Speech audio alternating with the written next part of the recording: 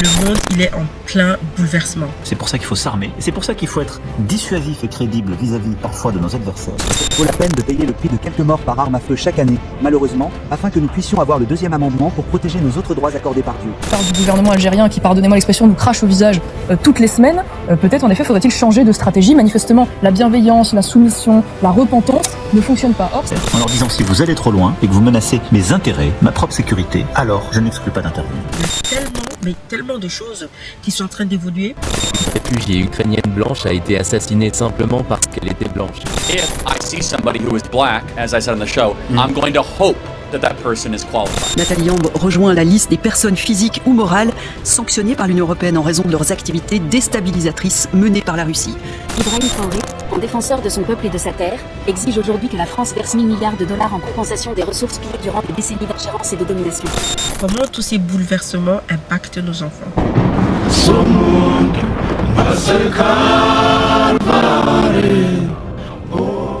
Otep à tous et bienvenue dans l'éveil en héritage, le podcast dédié à l'éveil, à l'éducation des Noirs de la diaspora européenne. Ça fait très longtemps que je n'ai plus publié de vidéos. C'est le temps. Pour commencer, je tenais à remercier les nouveaux abonnés et je vous remercie beaucoup pour les likes, pour les partages. Je me suis dit qu'il était temps de faire des vraies présentations. Je m'excuse d'avance, je vais renifler beaucoup dans cette vidéo parce que je suis enrhumée.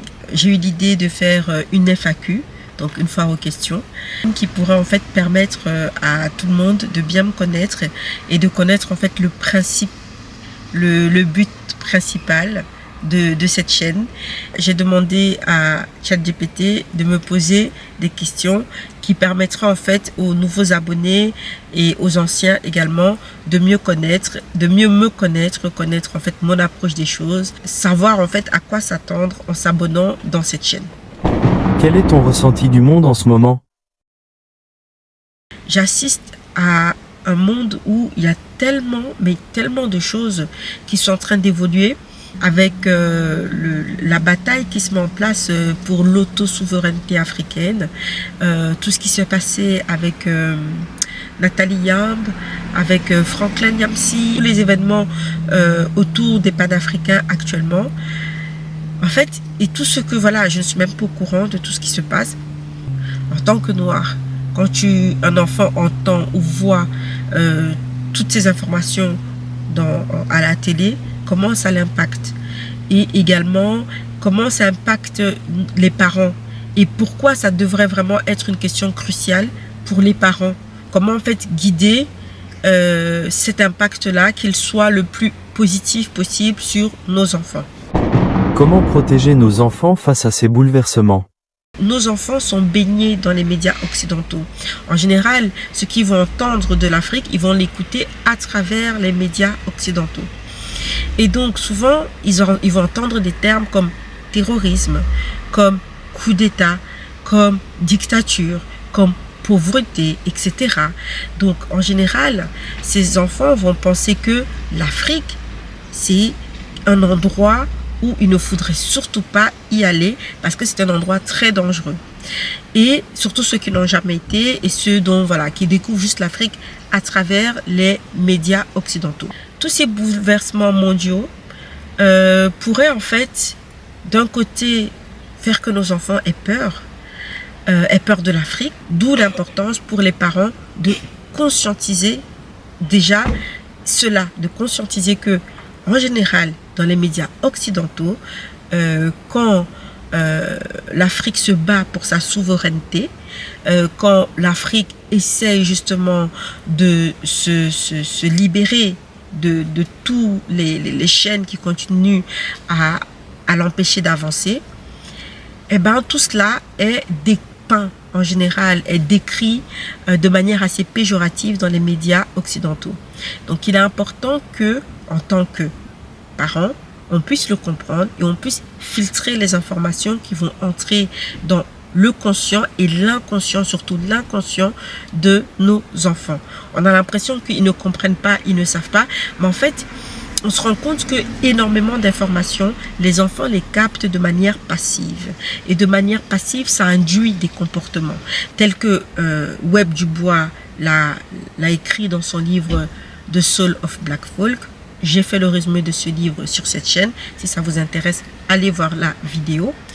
Donc, il parlait beaucoup de la double conscience, de la double identité et du pourquoi c'était important pour les Noirs qui, à l'époque, ils parlaient des États-Unis, mais voilà, ça s'applique également dans les Noirs de la diaspora, qui vivent en fait dans un milieu européanisé, eurocentré, de conscientiser qu'il y a l'image qu'ils peuvent avoir d'eux-mêmes.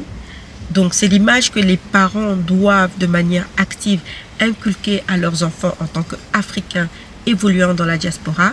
Et également, l'image que la société blanche occidentale a de toi. Ok, c'est l'image qui est véhiculée de la société. Donc, souvent, comme je l'ai dit, le noir, il doit être quelqu'un de sportif, de fort, de violent, l'Afrique est pauvre, etc., etc.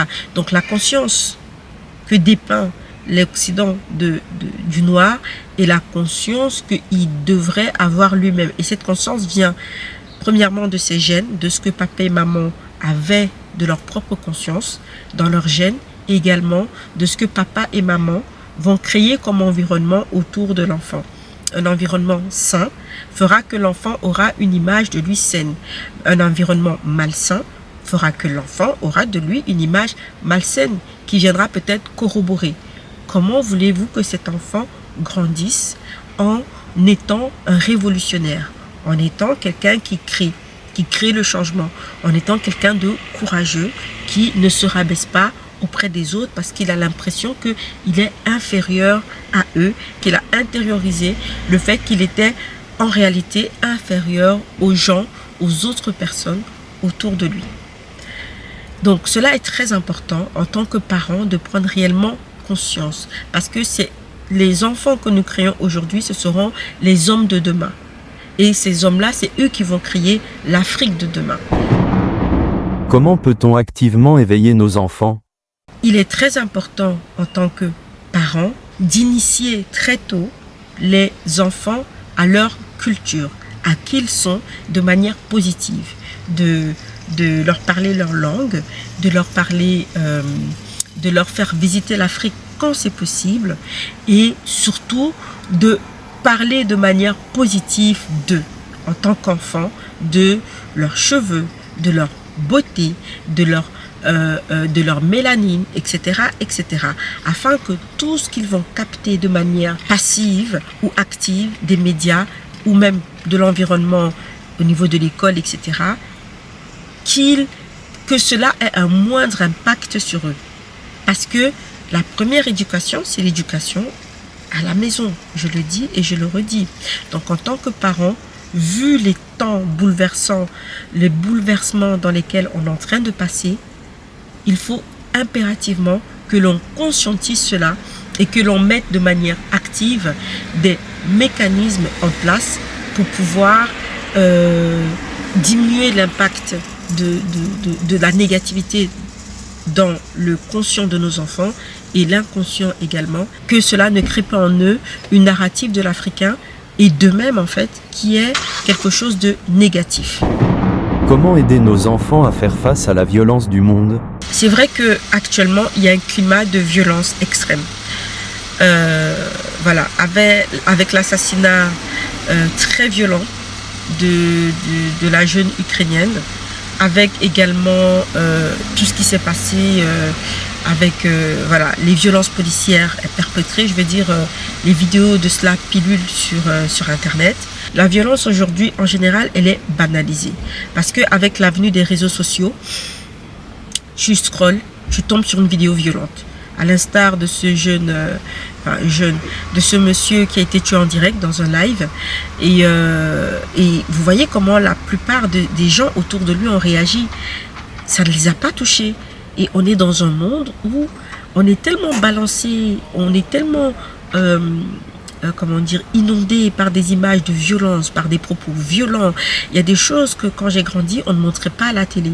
Mais aujourd'hui, il faut faire sensation. La télé commence aussi à aller dans le sensationnel, à montrer des images qui sont violentes pour nos enfants. À heure de grande écoute, parfois tu entends des propos, même dans des émissions télé, il y a la culture du clash. Les gens veulent ressentir des émotions parce que de plus en plus, on vit dans une société où les gens ne ressentent plus réellement des émotions. Et donc, il faut aller encore plus loin dans le choc pour pouvoir faire ressentir l'émotion.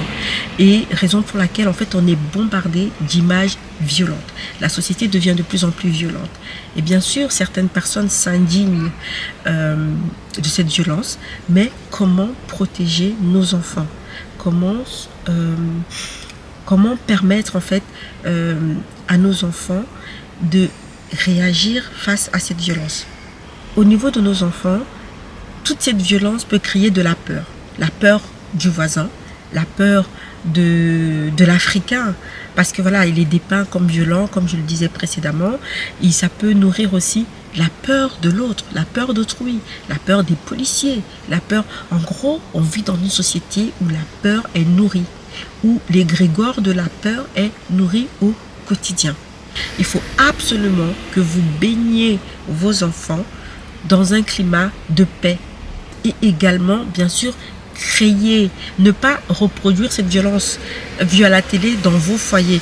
Que quand ils voient le foyer à la maison, que ce soit un foyer africain dans lequel ils voient l'amour, qu'il y ait une dissonance entre ce qu'ils voient à la télé de les Noirs sont violents, etc., etc., l'image de lui violente qu'on veut renvoyer, qu'il puisse le voir autour de ses frères et sœurs, qu'il puisse voir autour des communautés que vous allez fréquenter africaines, qu'il n'y ait pas cette violence. Donc en tant que parent, il est important de conscientiser cela et de faire attention aux gestes, aux paroles, etc.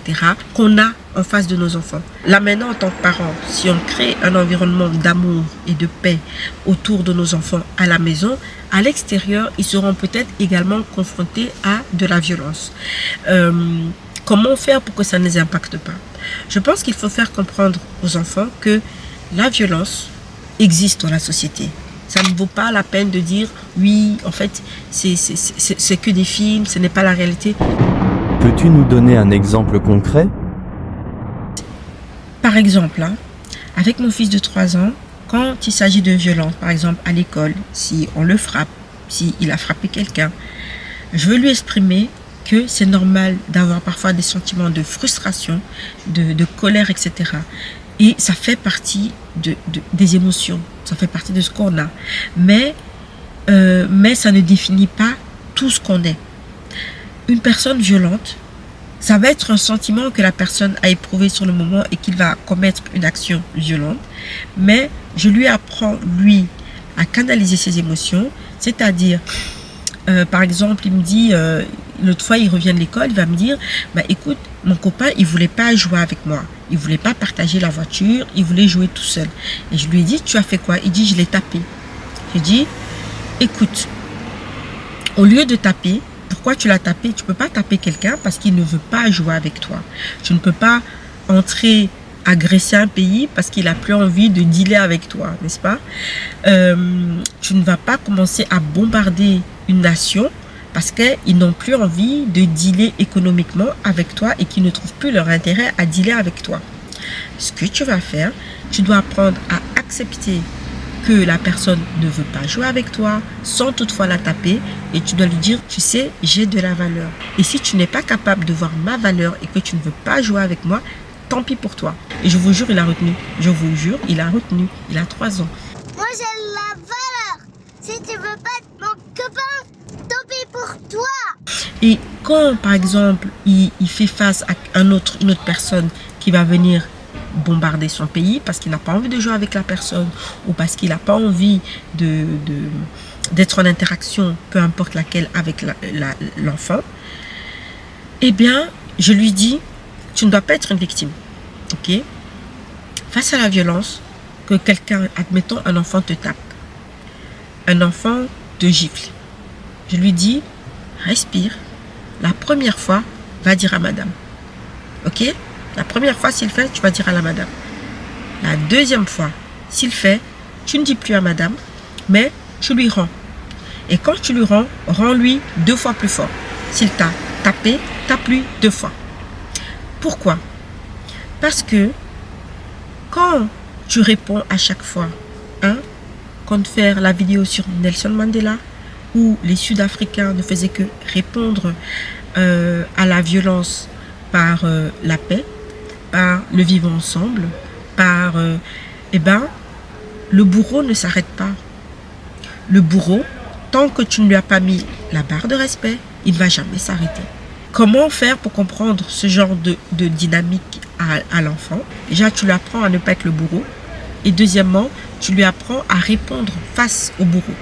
C'est juste de dire, il y a des gens qui ne sont pas capables de contrôler leurs émotions. C'est la raison pour laquelle il faut que tu saches te défendre. Il faut que tu saches être fort face à cette violence. Ok? Dans un premier temps, tu vas lui dire, back up. J'ai vu ce que tu as fait, c'est pas gentil, donc j'ai été dire à madame. Tu vois? Si madame n'interagit pas et que la manière dont madame agit, lui, ça ne le redresse pas la tête et il a l'impression qu'il a toujours le droit de venir le faire, tu rends. Tu rends. Je lui ai dit, tu rends et je veux que tu aies confiance en toi parce que tu es très fort. Parce que tu es fort, tu es intelligent. Je lui donne des paroles affirmatives positives tous les jours pour qu'il sache qu'il ne doit pas avoir peur des autres. Qu'il doit respecter les autres, respecter s'ils ne veulent pas jouer avec lui, respecter s'il ne veut pas partager son jouet, respecter. Mais quand il a une sensation d'injustice, que la personne le frappe, le croque, arrache son jouet, je lui dis, tu ne dois pas te laisser faire. Premièrement, tu avertis l'autorité. Deuxièmement, si les lois ou la justice ne veut pas, entre guillemets, parce qu'il faut se dire que la société, la cour de récré ou l'école, ce sont des microcosmes. Que ce soit au niveau du travail, en fait, tout ce qui se passe dans la grande échelle, ça se reproduit dans les petites échelles, dans les foyers, dans toute interaction humaine. Et donc, il faut absolument que l'enfant sache en fait les interactions humaines et qu'il sache se débrouiller dans les différentes interactions humaines. Et également, à force de comprendre cela, il va comprendre également les géopolitiques plus tard. Il comprendra que là, l'Afrique, on l'a tapé, on a volé son gâteau, il a prévenu à plusieurs reprises la Cour internationale, etc., les organes politiques qui avaient pour but de pouvoir intervenir en cas de litige. Et quand ces organes-là ont failli à leur mission, là, il comprend que là maintenant, il doit se défendre et il doit se faire confiance. Et cette confiance-là viendra de ce que vous l'aurez inculqué. Et à ce moment-là, il saura faire le parallèle avec ce qu'il ressent et la géopolitique autour de lui. Ok? Il saura plus facilement faire les différences. Donc, il est important d'expliquer ça aux enfants, d'expliquer ce qui se passe aux enfants en fonction de en fonction de son monde, de sa cour de récré, de la classe. Si ton enfant répond violemment à la violence, cela ne renforce-t-il pas le cliché? Comme je parlais de mon exemple d'avant, la maîtresse va certainement dire à ton enfant, il ne faut pas rendre. Il ne faut pas rendre à la violence. Il faut répondre à la violence par le calme, par le côté civil, etc., etc. Il faut prendre en compte que le système éducation occidental, il a un plan. Okay? Il a un plan. Il veut que l'enfant entre dans la société en tant que travailleur qui ne se pose pas trop de questions. En tant que noir de la diaspora, ton enfant n'est pas un enfant standard, un enfant européen standard. Mais l'éducation n'est pas toujours adaptée à lui. C'est comme quand on dit oui, quand tu vas parler du racisme au travail, c'est une société occidentale on n'a pas appris aux patrons à l'école à dealer avec cela. Ils savent pas comment dealer. Donc souvent, ils auront tendance à ouais, ça n'existe pas. Pourquoi? Ce n'est pas pris en compte en fait, parce que ce n'est pas la priorité. Ok? Et donc c'est la raison pour laquelle la plupart des gens vont se dire ça n'existe pas. C'est comme une fois, une chose violente que j'ai vécue au travail. Il y a une collègue qui m'a dit une fois, oh, je touche du bois. On parlait d'un truc, elle dit, ben, je touche du bois, que ça n'arrive pas, un truc comme ça. Puis, elle dit, ah, il n'y a pas de bois. Et elle dit, oh, je touche du lard, ou je sais pas quoi. Non, il n'y a pas du lard ou du cochon. Alors, elle dit, ben, je touche du singe. Apparemment, c'est l'expression de la France profonde. Hein. Genre, je touche du singe, du lard ou du bois, un truc comme ça. Donc, quand elle me dit je touche du singe et elle touche ma main, je glace, genre je tétanise. Genre je me dis, c'est pas ce qui vient de se passer là. Et elles ont toutes rigolé, il n'y a personne qui a vu du mal dans ce qu'elle a fait. Ensuite, je vais la confronter. Bien sûr, elle chiale, elle pleure parce que vraiment, je n'étais pas contente. Et quand c'est arrivé aux oreilles de la direction, parce que oui, elle a pleuré, oui, elle n'était pas contente. Et donc, quand ils en ont parlé, il n'y a personne qui a trouvé justifiable qu'elle vienne s'excuser. Qui ont dit, ils se sont contentés de banaliser. Donc, en tant que noir qui vit dans la société occidentale, ta peine et ta souffrance sera banalisée. Ça ne veut pas dire que tu dois également la banaliser. C'est ce qui se passe. Comme quand tout le monde autour de toi, ou la majorité des gens autour de toi te disent que tu es folle, gaslighting, que ce que tu ressens n'est pas légitime, que tu te victimises parce que tu essaies de dire à quelqu'un ce que tu as fait là, je n'apprécie pas et c'est pas bien d'être comme ça, ou les propos que tu dis là, voilà comment ça me fait ressentir, donc c'est des propos racistes, et qu'il te dit c'est bon, arrête de te victimiser. C'est pour ça qu'il faut vraiment faire attention en tant que noir de la diaspora à faire comprendre à ton enfant que le sentiment qu'il ressent a le droit d'exister et qu'il n'a pas besoin de l'approbation de l'autre pour comprendre que cela existe. Beaucoup de personnes, à l'instar par exemple de Charlie Kirk, il avait ce discours-là de dire oui, j'ai une amie noire, j'ai des personnes noires autour de moi, donc je ne suis pas raciste. Alors que pour moi, c'est quelqu'un, quand j'ai regardé ses vidéos, j'essaie de comprendre qui il était avant de juger. C'est quelqu'un clairement qui incitait à la haine, qui incitait à prendre un camp, qui incitait à détester en fait les personnes, les étrangers en fait. Laquelle des deux cultures doit-elle prévaloir, européenne ou kamite? Avant, mon fils, il a 3 ans. Parfois, il va lui arriver de parler de ses organes, de dire ça lui fait mal, ça lui gratte, voilà. Et à l'école, on va lui dire ça s'appelle pas comme ça.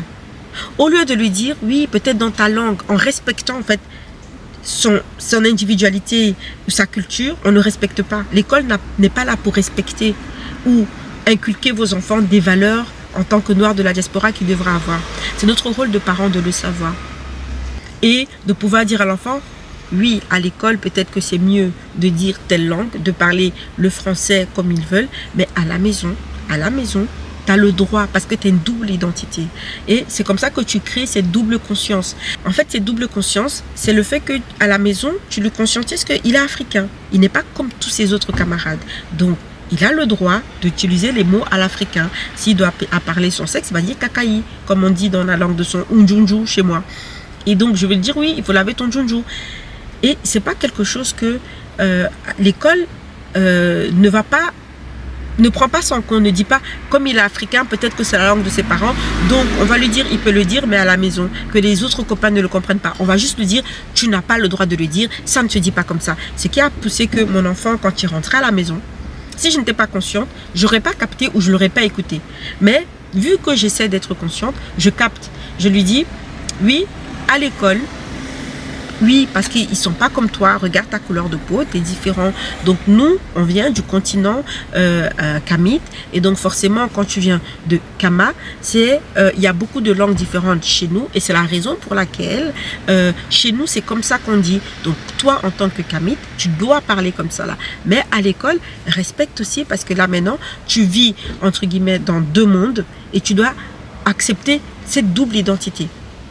Et tu dois pouvoir tirer le meilleur de chacune de ces identités. Je ne veux pas qu'il diabolise, parce que moi, je ne sais pas de lui apprendre à diaboliser ou à ne pas aimer le côté occidental dans lequel il est. J'apprends juste à lui dire, vis avec les deux en toi. Comment expliquer le panafricanisme aux enfants? Donc, beaucoup de figures politiques africaines, panafricaines, se retrouvent en fait diminuées de par le fait qu'elles prennent des positionnements au niveau de l'Afrique. Donc beaucoup de panafricains aujourd'hui, même Kémy Séba bien sûr, on nous montre que quand l'Africain décide de se battre ou d'éveiller ses frères, c'est quelqu'un qu'on va réduire au silence. Ça crée une sensation de peur dans les autres. On se dit, vous avez vu ce qui lui est arrivé, vous avez vu que tout sera bloqué, est-ce que tu peux te le permettre ? Est-ce que tu peux te permettre le fait de ne plus avoir accès à ton téléphone, à Netflix, à à tes comptes bancaires, etc. Et on le voit que de plus en plus dans les caisses, dans les magasins, le liquide n'a pas la cote. On ne veut pas que tu payes en liquide. On te demande souvent de payer avec ta carte. Donc forcément, le jour où tu déconnes un peu et que tu commences à aller contre le système, et je pense que ce sera noir comme blanc, parce que les gens vont se dire « ouais, ça ne tient que les doigts ». Mais je pense que c'est vraiment un test. C'est un test que l'avenir, parce que souvent, ce genre de tests-là, on les voit à la télé. Et il y a tellement de films qui en ont parlé. Aujourd'hui, on est en train de les voir. Je veux dire Black Mirror, etc., qui nous en a parlé lors de son premier épisode. Et regardez ce qu'on vit aujourd'hui. Quand tu n'as pas la cote sociale, n'est-ce pas, l'épisode avec les points, tu n'as pas la cote sociale, tout est bloqué, tu ne peux plus rien faire. Et aujourd'hui, c'est ce qu'on voit en fait avec la plupart des panafricains qui essaient de s'éveiller. For our prime flight program, you got to be a 4.2 or over to qualify. Oh, I'm a 4.2. I'm afraid you're actually a 4.183. Oh. Well, that's not my fault. Some woman dinged me down in the cab drive. Can't you just... I'm sorry, it won't let me book it without the correct ranking. But it's so close. There's just nothing I can do. Christ, I mean, surely. I'm gonna have to ask you to moderate your language there. Sorry, it's just... I'm maid of honor. I cannot miss this wedding. And I am so sorry about that. Can you call a supervisor? I'm a 5-starring you. 5 stars. What's the issue here, Hannah? Intimidation and profanity. Oh. On les élimine de manière digitale. Et donc, c'est une nouvelle forme de prison dans laquelle on pourrait plonger les gens. Et bien sûr, on empêche tout l'entourage de venir en aide, etc., etc. Donc, beaucoup de gens pourraient être tentés de plonger dans la peur, dans la crainte, de se dire, oui, est-ce que ça en vaut la peine? Ça m'a trop capté la dernière fois quand on faisait une présentation de Nathalie Yamb. On dit l'influenceuse. C'est vrai, d'un côté, elle influence. Mais j'ai trouvé ça dommage de la réduire à influencer, parce qu'influenceuse, dans le commun, on se dit c'est des gens légers, c'est des gens un peu sulfureux, c'est des gens un peu, voilà, tu vois, genre l'influenceuse, ça fait très péjoratif, tu vois, quand on dit les influenceurs, tu vois, mais il y a même le terme influ-voleur, tu vois, ça quelque chose d'assez péjoratif. En fait, il faut absolument que ton enfant, quand il écoute les médias, il comprenne dans la cour de récré. Vous reprenez toujours l'allégorie qu'il peut comprendre à la cour de récré. Par exemple, il y a des gens qui vont être parfois pas très sympathiques. Tu vois, celui-là, ils veulent tout le temps avoir des jouets pour eux. Ils veulent tout le temps garder tous les jouets pour eux. Ils veulent pas partager. Et alors, il y en a un garçon qui va se lever, toi peut-être, qui va dire non, maintenant, il faut partager tous les jouets avec tout le monde. Tu vois, les Lego, tu vois, il y a 10 pièces de Lego. Pourquoi ces 10 pièces de Lego, il n'y aurait que l'autre là qui aurait le droit de jouer avec? Pourquoi? Et moi aussi, si toi aussi tu as envie de jouer, tu voudrais pas que ces pièces de Lego, l'autre les accapare pendant 3 heures. Tu veux qu'il joue, après il te donne un peu, après, ou alors qu'il partage. C'est ça, non? Eh bien, dis-toi que si un jour tu te lèves et que tu dis, je veux que les pièces de Lego soient partagées entre tout le monde, parce qu'il y a assez de pièces de Lego pour tout le monde. Sur la Terre, tout est censé être gratuit. L'eau est gratuite, on n'a pas créé l'eau. On n'a pas créé les fruits, les légumes. On n'a pas créé la majorité des choses qu'on a besoin pour vivre. Tout est gratuit. Mais ce qu'on a créé, c'est le marketing et le capitalisme. Et ce marketing et le capitalisme nous enseignent que dans la vie, il faut se battre dur pour avoir quelque chose. Et donc, ça, c'est des leçons que c'est important d'apprendre à l'enfant. Est-ce que tu trouverais juste qu'un enfant, il prenne tous les jouets pour lui et ne veut pas partager aux autres? Ou alors il donne des petites miettes aux autres et ils disent aux enfants, tu serais content? Non. Ben voilà ce que Nathalie Yamb, Kémy Séba et tous ces leaders, ils sont en train de faire.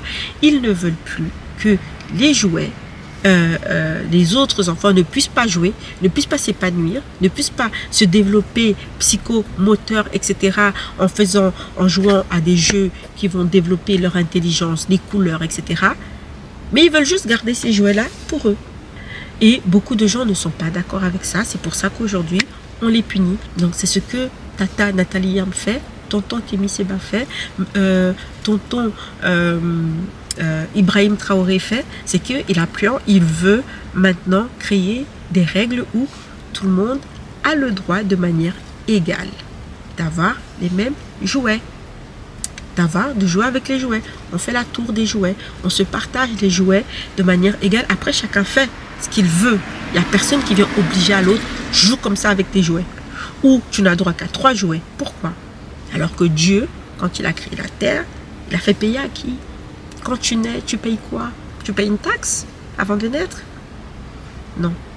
Mais est-ce que tant que tu comprends, les enfants comprennent l'esprit noble qui est derrière cela, ils comprendront en fait que ça ne sert à rien d'avoir peur, de se dire « Ah, l'Afrique, il ne faut pas y aller parce que les gens se rebellent, etc. » Ils comprendraient que ce message-là, cette bataille-là vaut la peine. Comme ça, les enfants de ces enfants auront aussi les mêmes jouets que les autres.